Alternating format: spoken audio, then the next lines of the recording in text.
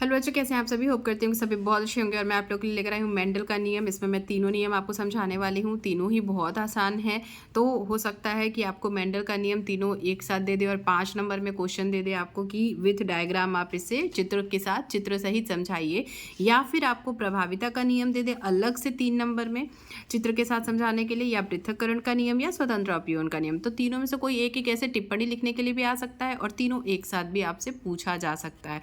तो चलिए हम तीनों देख लेते हैं। सबसे पहले हम देखेंगे प्रभाविता का नियम, लॉ ऑफ डोमिनेंस। ठीक है, तो नाम से ही समझ में आ रहा है प्रभाविता, डोमिनेंस मतलब एक जो होता है वो दूसरे को डोमिनेट कर देता है, मतलब दबा देता है। ठीक है, तो अब इस नियम में क्या होता है कि इस नियम के अनुसार जब एक जोड़ी विपरीत या विरोधी लक्षण, एक जोड़ी मतलब जैसे आर आर है तो एक अलग लक्षण, ये एक अलग लक्षण, ऐसे होगा। ठीक है, तो इस नियम के अनुसार जब एक जोड़ी विपरीत लक्षणों वाले विपरीत या विरोधी लक्षणों को ध्यान में रख कर क्रॉस कराया जाता है, जब एक जोड़ी लेके और उन दोनों का अलग अलग लक्षण हो, उनसे जब बीच में क्रॉस कराया जाता है तो क्या होता है, तो पहली पीढ़ी में केवल प्रभावी लक्षण ही दिखाई देते हैं।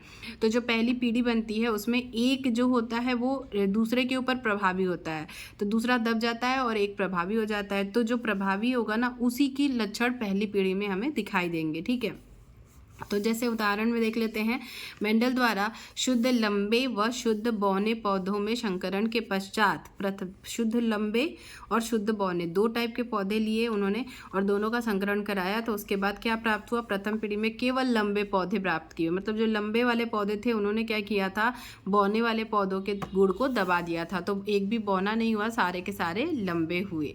ठीक है, तो जैसे यहाँ पे हम देख लेते हैं, एक ये लाल पुष्प आर आर, ये सफ़ेद पुष्प लिया है स्मॉल आर, तो ये प्रभावी है, ये अप्रभावी। कैसे, क्योंकि अगली पीढ़ी में हमें सिर्फ लाल पुष्प जो होता है, लाल पुष्प वो हमें प्राप्त हुआ। ठीक है, इसमें से एक आया, इसमें से एक आया, लेकिन लक्षण किसका प्रभावी हुआ, इसका। ठीक है, कैपिटल वाले का, मतलब लाल पुष्प वाले का लक्षण प्रभावी था, इसके ऊपर इसको दबा दिया, डोमिनेट कर दिया और अपना खुद का लक्षण F1 पीढ़ी में लेके आया। तो ये क्या हो गया, प्रभावी हो गया और लाल पुष्प बनेगा। ठीक है, तो ये हमारा क्या हो गया, प्रभाविता का नियम। तो इस तरीके से आप बता पाएंगे कि ये प्रभाविता का नियम है।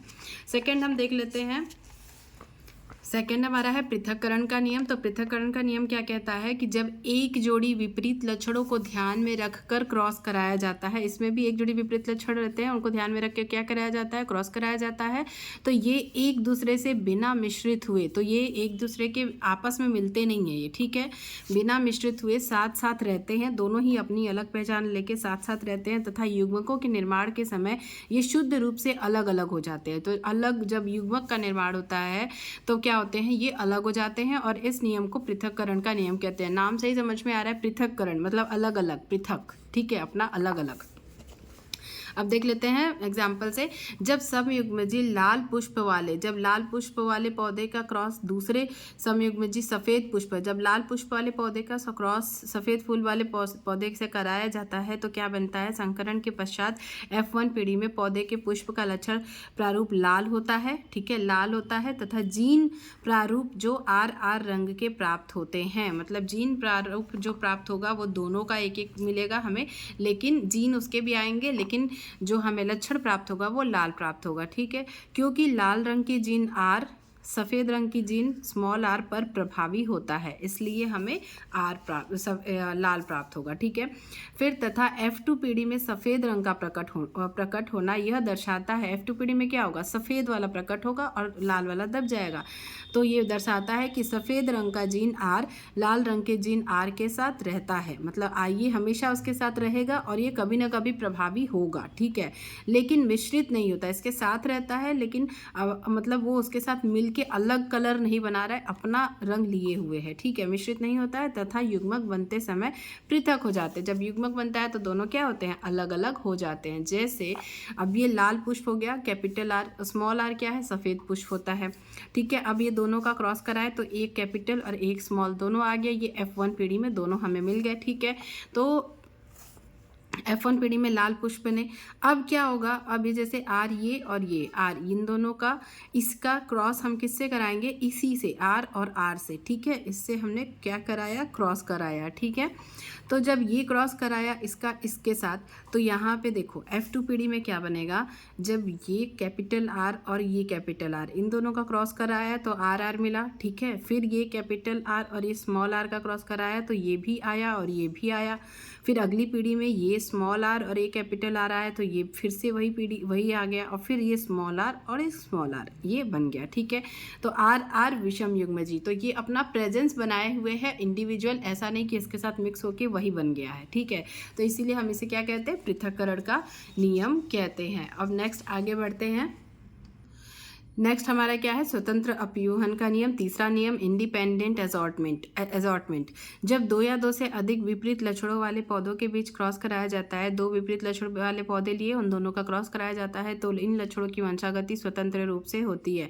जो लक्षण की वंशागति होगी, मतलब आगे आगे आने वाले वंश में वो स्वतंत्र रूप से होगी, अर्थात एक लक्षण की वंशागति दूसरे लक्षण की वंशागति को प्रभावित नहीं करती है, ठीक है। अपना प्रेजेंस वो बनाए हुए रहते हैं। तो एक हमने गोल और पीला लिया, फिर झुर्रीदार हरा लिया, आर आर वाई वाई, ठीक है। तो F1 पीढ़ी में यहाँ से एक आर आया, यहाँ से एक आर आया, वहाँ से एक वाई आया, यहाँ से एक वाई आया, और ये हमें गोल पीला प्राप्त हुआ। जब F2 पीढ़ी में इसका इसके साथ संकरण कराएंगे तो ये इसका अपना अलग, ये खुद से अपना प्रेजेंस अलग उसमें दिखाता है, मतलब अपना प्रभाविता अलग दिखाता है। तो इसीलिए ऐसा नहीं होता कि एक लक्षण की वंशागति दूसरे लक्षण को की वंशागति को प्रभावित करता है। अगली बार ये इस बार गोल पीला है तो अगली बार झुर्रीदार हरा, ऐसे तरीके से आगे चलता रहता है, ठीक है। तो ये हमारा तीनों मेंडल का नियम हो गया। वीडियो अच्छी लगी होगी तो वीडियो को लाइक करना, शेयर करना, चैनल पर नए हैं तो चैनल को सब्सक्राइब जरूर कर लेना। Thank you, thanks for watching, all the best for exam.